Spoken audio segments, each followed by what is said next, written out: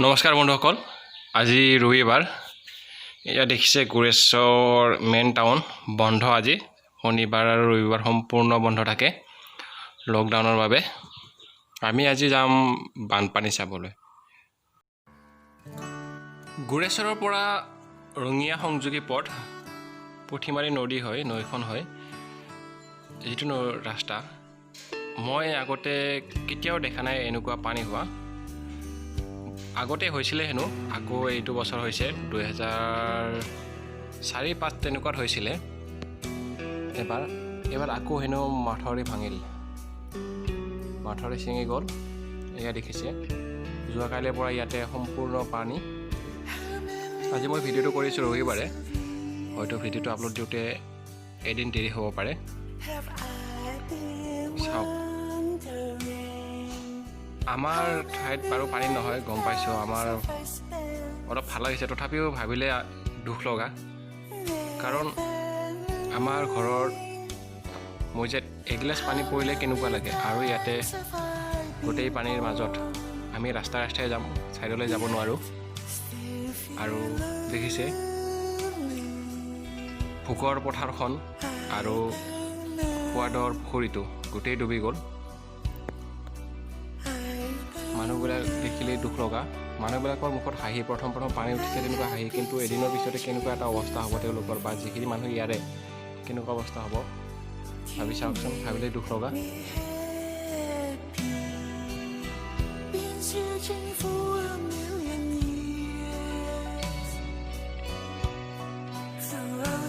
বহুত ওখ, আৰু এইটো পকী ৰাস্তা হয়, যিটো ৰাস্তাত আমি গৈ আছোঁ এইটো পকী ৰাস্তা হয়। কিন্তু আজি চাওক, পথাৰ পকী ৰাস্তা সমান গোটেই ডুবি গ'ল। যোৱাকালি ইয়াতে পুঠিমাৰী নৈৰ হাদিযোৰা আৰু বগৰীবাৰী দুটা ঠাইত মথাউৰি ছিঙিছে বুলি শুনিছোঁ।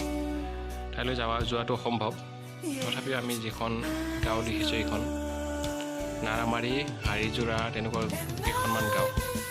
এয়া মোৰ বন্ধু আহি আছে, দেখিছে বাইকতো আধালৈ পানী উঠিছে। দেখিছে এইখন স্কুল বন্ধ আছে, লকডাউন আৰু জুলাই মাহ।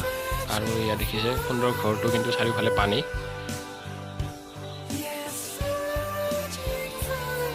ভাবিলে দুখ লগা।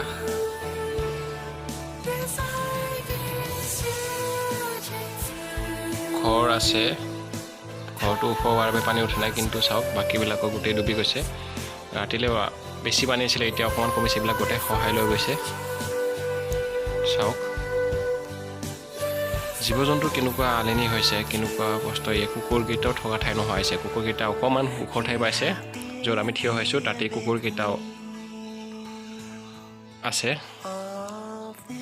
মানুহকো ভয় নকৰা হৈছে, এনেই কুকুৰ মানুহক ভয় কৰে, কিন্তু এতিয়া চাওক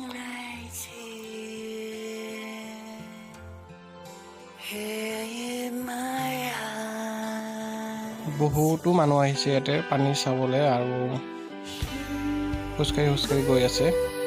কিন্তু যিখিনি ইয়াৰে মানুহ, স্থায়ী মানুহ, তেওঁলোকৰ কেনেকুৱা এটা হৈছে, গৰু ছাগলী যিমান জীৱ জন্তু আছে কিমান অসুবিধা হৈছে। আৰু যদি ভাত বনাবলৈ আজি তেওঁলোকৰ হয়তো পৰা নাই, কিছুমানৰ পাকঘৰত আৰু কিছুমানৰ ঘৰৰ ভিতৰতো পানী সোমাই গৈছে। ইয়াত পানীটো লৈ আহিছে, দেখিছে এইটো গাহৰি। চাওক ওখৰ ঠাইডোখৰতে এটা চালি বনাই দিছে এখন, আৰু তাতেই পোহনীয়া গাহৰিটো শুই আছে। চাৰিওফালে পানী।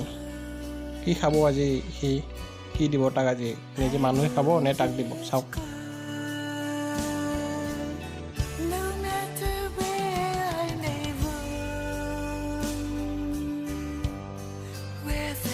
চাওক আইতাকেইজনী, এই আইতাজনী খোজকাঢ়ি গৈ আছে, ঘৰৰ পৰা ওলাব পৰা নাই মানে।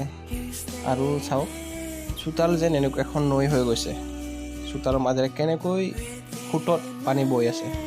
চাওক এই যে নৈখন দেখিছে, এইখনেই পুঠিমাৰী নদী, আৰু এইখন দলং। এইটো নদীয়ে আগত ভাঙিছে, মথাউৰি ছিঙিছে, আৰু আমি তালৈ যোৱাটো সম্ভৱ নহয় বাৰু, ৰাস্তা নাই। কিন্তু এটা কথা মন কৰক, এই যে মই যিটো বানপানী হৈছে বা যি মথাউৰি ছিঙিছে, এইটো মই চৰকাৰক দুখ নিদিওঁ পোনপটীয়াকৈ। অকণমান দুখ হৈছে, তথাপিও কৈছোঁ চৰকাৰে যিখিনি ইয়াতে মেৰামতি নামত বা যিখিনি পইচা দিয়ে বা যিখিনি খৰচ কৰে মেৰামতি কৰিব লাগে, মেৰামতি নামত দিয়ে, মই জনাত মেৰামতি নামত পইচা আহে, কিন্তু যিখিনি পইচা আহে সেইখিনিৰ যদি 90% কাম হয়, তথাপিও এইটো মথাউৰিটো ভঙা বা ছিঙি যোৱাত ইমান সহজ নহয় বুলি ভাবোঁ মই, মোৰ ব্যক্তিগত অনুভৱহে কৈছোঁ। কিন্তু বহুত ঠাইত মথাউৰি ছিঙিছে বা মথাউৰি ভাঙিছে, আৰু আমি মথাউৰিলৈ গ'লেও দেখোঁ যে কামবিলাক কেনেকুৱা ধৰণৰ বা আপোনালোকে দেখিছে কেনেকুৱা লেহেমীয়া বা কেনেকুৱা দুৰ্বল হয়।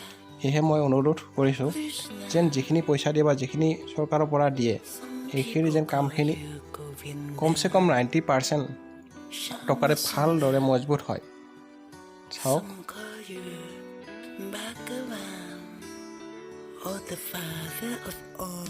এয়া কিমান কষ্টৰে দিয়া পুখুৰীৰ মাছ, এয়া এতিয়া বাহিৰৰ জালত। ভাবি চাওক কিমান মানুহ লছ। এয়া আমাৰ বিধায়ক, ৰঙিয়া সমষ্টিৰ বিধায়ক আৰু মন্ত্ৰী ভূপেশ কলিতা ডাঙৰীয়া আহি আছে বানপানীৰ মানে ক্ৰুজ লোৱাৰ কাৰণে। ভূপেশ কলিতা গ'ল। এয়া এইখন বা কাৰ গাড়ী হয় নাজানো, কিন্তু এনেকুৱা উৰি আহিছে যেন তেখেতে স্পৰ্টছৰ মানে খেলাৰ কাৰণে গাড়ী চলাইছে। ইমান জোৰে যাবলগীয়া কোনো কথা নাই, লাহে লাহে যাব লাগে আৰু মানুহখিনিৰ কথা ভাবিব লাগে, যিখিনি খোজকাঢ়ি গৈছে বা যিখিনি মানুহ বাইকত গৈ আছে বা আমিও লাহে লাহে গৈছোঁ, খুব লাহে লাহে হৰণ নবজাকৈ গৈ আছোঁ যাতে মানুহৰ গাত পানী নপৰে। তেওঁলোকক কেনেকুৱা খং উঠিব আৰু কেনেকুৱা দুখ লাগিব সেইটো লগাজন আৰু বুজাজনহে যিয়ে অনুভৱ কৰিব পাৰে তেখেতে বুজিব। এই হাঁহৰ পোৱালি দেখিছে, হাঁহৰ পোৱালি ক'ত যাব, ক'ত কেনেকৈ ক'ত কি হেৰাই গৈছে পাত্তা নাই। ঠিক বন্ধুসকল, আপোনালোকে চাই যাওক, ময়ো চাই ঘৰলৈ যামগৈ এতিয়া। আমিতো একো কৰিব নোৱাৰোঁ, তথাপিও কৈছোঁ সোনকালে পানী কমক, সুস্থ হওক পৰিৱেশটো, আৰু 2020 চনটো বেয়া নে আমিবোৰে বেয়া হ'ব পৰা নাই, আৰু কি যে হ'ব আৰু কি দেখিম। ঠিক আছে বন্ধুসকল, আজিলৈ এৰিছোঁ। মোৰ চেনেলটো যদি ছাবস্ক্ৰাইব কৰে ছাবস্ক্ৰাইব কৰিব আৰু ভিডিঅ'টো শ্বেয়াৰ কৰক।